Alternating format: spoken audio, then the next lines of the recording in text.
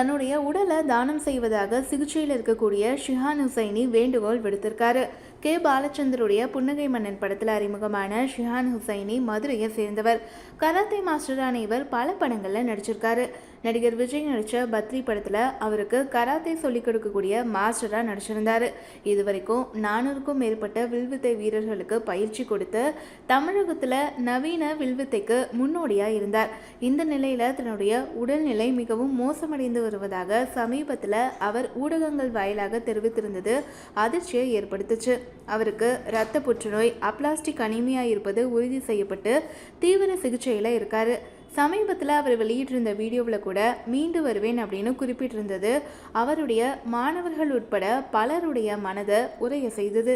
இந்த நிலையில் அவர் தன்னுடைய முகநூல் பக்கத்தில் அறிவிப்பு ஒன்று வெளியிட்டிருக்காரு. அதில் மருத்துவம், உடற்கூறியல் மற்றும் ஆராய்ச்சிக்காக என்னுடைய உடலை தானம் செய்கிறேன். நான் இறந்த 3 நாட்களுக்கு பிறகு ஸ்ரீ ராமச்சந்திரா மருத்துவமனை மற்றும் பல்கலைக்கழகத்திற்கு என்னுடைய உடலை தானம் செய்ய விரும்புகிறேன். இந்த கல்லூரியினுடைய நிறுவனர் ஸ்ரீ ராமசாமி உடையார் பல ஆண்டுகளாக என்னுடைய இந்திய கராத்தே சங்கத்தின் தலைவராக இருந்தார். மேலும் எனது ஸ்னேக் பைட் வேர்ல்ட் ரெக்கார்ட் நிகழ்வுக்கும் தலைமை தாங்கியவர்.